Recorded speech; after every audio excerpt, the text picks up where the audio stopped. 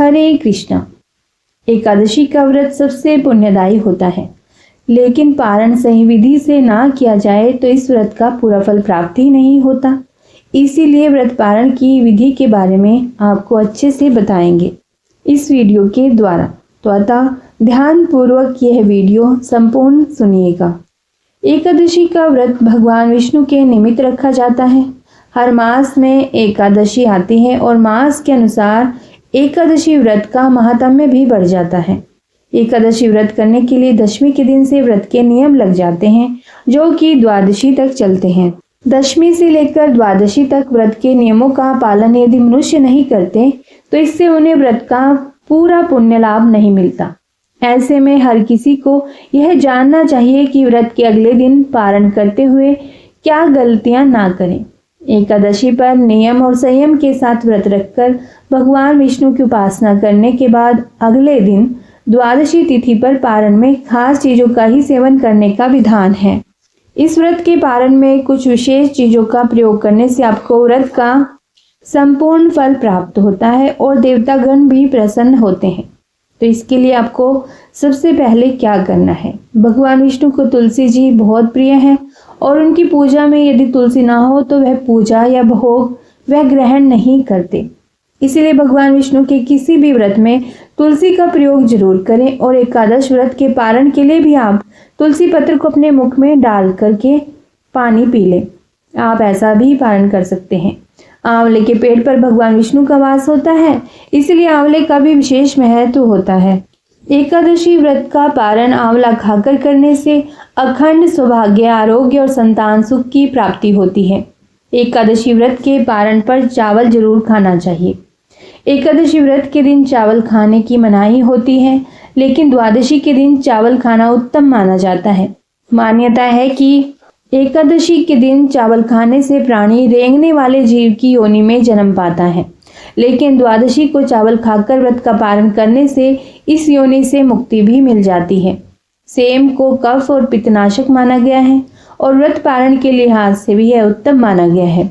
ऐसे में सेम धार्मिक और स्वास्थ्य के लिए बहुत ही बेहतर पारण भोज्य माना गया है, तो सेम खाकर भी आप पारण कर सकते हैं। व्रत पारण में जो भी भोजन पकाया जाता है उसमें घी का प्रयोग करना चाहिए। गाय के शुद्ध घी से ही व्रत के पारण का भोजन बनाना चाहिए। घी को सबसे शुद्ध पदार्थ माना गया है और यह सेहत के लिए भी अच्छा होता है। तो आपके लिए सबसे अच्छा है देसी घी में आप खिचड़ी बना करके इस दिन जरूर खाएं पारण करने के लिए। परंतु पारण करने से पहले आप ब्राह्मण के लिए या फिर पंडित के लिए कुछ भी सीधा बनाकर उसको दें या फिर आप पकवान बना करके दें। मेरा मतलब है कि सीधा निकाल करके उसे दे सकते हैं। आप कच्चा अनाज दे सकते हैं, कच्चा अन्न दे सकते हैं, दालें चावल दे सकते हैं। और यदि आप ऐसा नहीं करना चाहते तो आप खाने के निमित्त पंडित को घर पर बुलाएं और उनको खाना खिला करके उसके बाद आप पारण करें। परंतु पारण करते समय कुछ चीज़ों का प्रयोग भोजन में बिल्कुल भी नहीं करना चाहिए, जैसे कि मूली, बैंगन, साग, मसूर दाल, लहसुन, प्याज आदि का पारण में बिल्कुल प्रयोग करना निषेध बताया गया है हमारे शास्त्रों के द्वारा। बैंगन पित्त दोष को बढ़ाता है और उत्तेजनावर्धक होता है। वहीं मसूर की दाल को शुद्ध माना गया है। मूली की तासीर ठंडी होती है, इसीलिए यह व्रत के ठीक बाद सेहत के लिए सही भी नहीं होती। और लहसुन, प्याज तामसिक भोजन होता है, इसीलिए इसका प्रयोग भी वर्जित है। माना जाता है कि इसे खाने से उत्तेजना, क्रोध, हिंसा और अशांति की भावना आती है। वैसे तो हमारे शास्त्रों में दशमी और द्वादशी के दिन हविष्य अन्न का प्रयोग करना बताया गया है। उसमें आता है जौ, गेहूं, मूंग, सेंधा नमक, काली मिर्च, शक्कर और गोघृत यानी कि गाय का घी, और एक ही बार भोजन करने का विधान बताया गया है। पारण में भी आप 2 बार भोजन ना करें। आइसक्रीम और तली हुई चीजें ना खाएं। जैसा कि आपको बताया है कि द्वादशी के दिन चावल खाना बहुत शुभ है। ऐसे में आप खास तौर से पीले चावल भी खा सकते हैं। माना जाता है कि इससे आप पर और आपके परिवार पर भगवान विष्णु की कृपा बनती है और आपकी किस्मत में अच्छे बदलाव आते हैं। इसलिए इस दिन खास तौर से पीले चावल का सेवन जरूर करें। द्वादशी तिथि के दिन कुछ लोग कड़ी चावल भी बनाते हैं और उसका दान करना काफ़ी शुभ भी माना जाता है। कहा जाता है कि इस दिन अगर आप कड़ी चावल दान करते हैं तो आपके ग्रहों के दोष कट जाते हैं और इस दिन कई लोग भगवान विष्णु को कड़ी चावल का भोग भी लगाते हैं। और यदि आपने पूरा उपवास पानी के बिना रखा है, यानी कि आपने अन्न का सेवन भी पूरे उपवास में नहीं किया है, फलाहार भी नहीं लिया है, वैसे तो अन्न का तो सेवन करते ही नहीं, एकादशी के व्रत में आपने यदि फलाहार भी नहीं किया है, केवल जल पर ही आपने व्रत रखा है, तो आपको इसे अनाज से तोड़ने की भी जरूरत नहीं है। आप इसे चरण अमृत या फल से तोड़ सकते हैं। यदि आपने फल और सब्जी आदि खाकर एकादशी का व्रत किया है तो इसे अगले दिन वैष्णव कैलेंडर के अनुसार समय पर, यानी कि जो भी पारण का समय उस पर अनाज खाकर तोड़ना चाहिए यदि आपने फलाहारी का व्रत रखा है। और महाद्वादशी को एकादशी की तरह ही मनाना चाहिए है।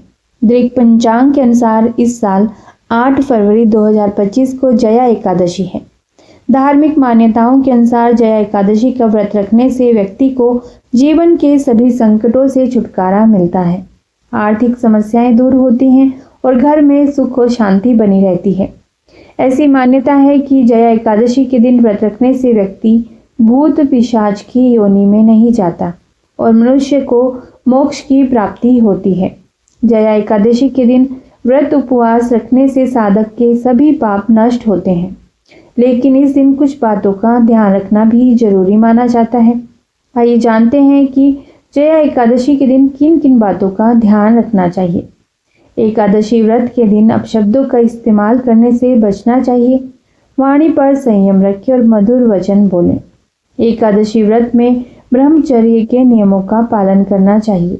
एकादशी व्रत में गाजर, गोभी, मांस, मदिरा, लहसुन, प्याज, मसूर की दाल समेत तामसिक भोजन का सेवन नहीं करना चाहिए। और एकादशी के दिन नाखून, दाढ़ी और बाल भी कटवाने की मनाही होती है।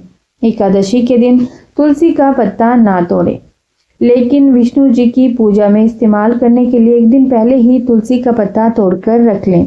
एकादशी व्रत के दिन चावल का सेवन करने से भी बचना चाहिए। जया एकादशी के दिन अपनी क्षमता के अनुसार दान पुण्य के कार्य कर सकते हैं। इस दिन ब्राह्मणों को भोजन कराएं और उन्हें दक्षिणा भी दें। जया एकादशी के दिन स्नान आदि के बाद श्री हरि विष्णु और माँ लक्ष्मी की पूजा अर्चना करें। जया एकादशी का पारण करने के पश्चात ही ब्राह्मण को भोजन कराएं और जब उसे भोजन कराएं तो दान दक्षिणा भी साथ में जरूर दें।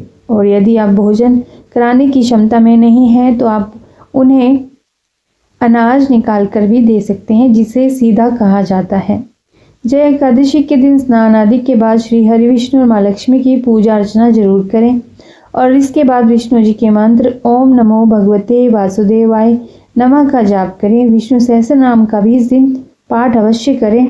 दृक पंचांग के अनुसार माघ महीने के शुक्ल पक्ष की एकादशी तिथि की शुरुआत 7 फरवरी को रात 9:26 पर हो जाएगी और अगले दिन 8 फरवरी को रात 8:15 पर समाप्त होगी।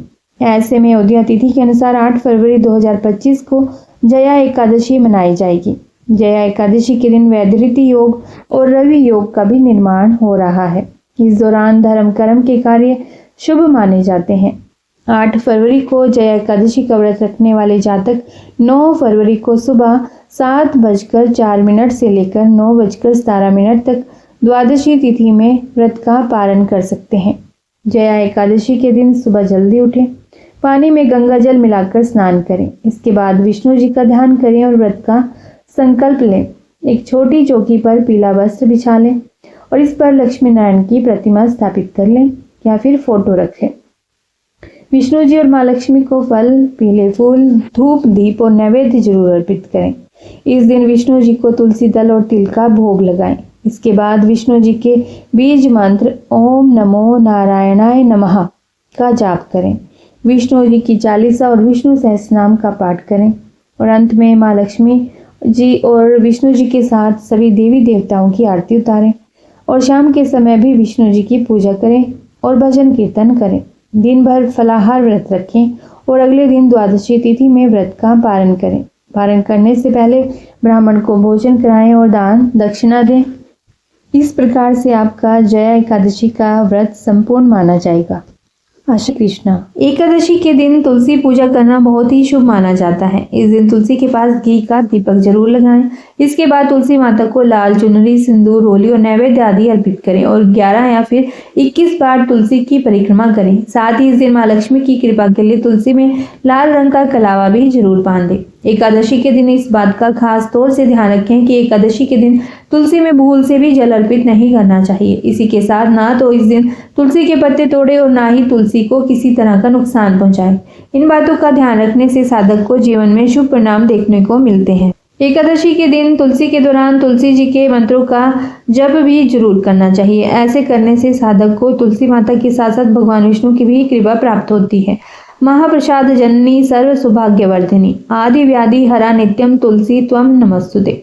इन मंत्रों का भी आप जाप कर सकते हैं और तुलसी गायत्री का भी आप जाप कर सकते हैं। तुलसी गायत्री मंत्र इस प्रकार से है: ओम तुलसी देव्यै च विद्महे विष्णु प्रियाय च धीमहि तन्नो वृंदा प्रचोदयात्। इस दिन आप तुलसी स्तुति मंत्र का भी उच्चारण कर सकते हैं।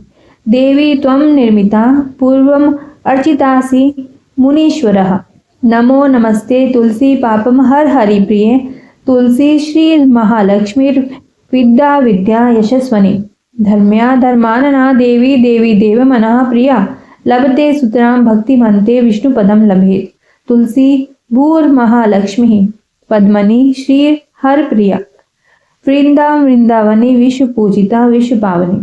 ये तुलसी नामाष्टक मंत्र है। इसका आप जाप कर सकते हैं, सुन सकते हैं, बोल सकते हैं। यह इस प्रकार से है: तुलसी नामाष्टक मंत्र वृंदावनी विश्व पूजिता विश्व पावनी पुष्प सारानंदनीय तुलसी कृष्ण जीवनी एत भामाष्टकम चैव स्तोत्रम नाम अर्थम संयुतम यह पठेत ताम च संपूज्य सोश्रमेघ फलम मेता।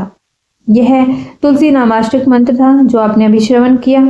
इस दिन आप माँ लक्ष्मी के नामों का जप भी कर सकते हैं।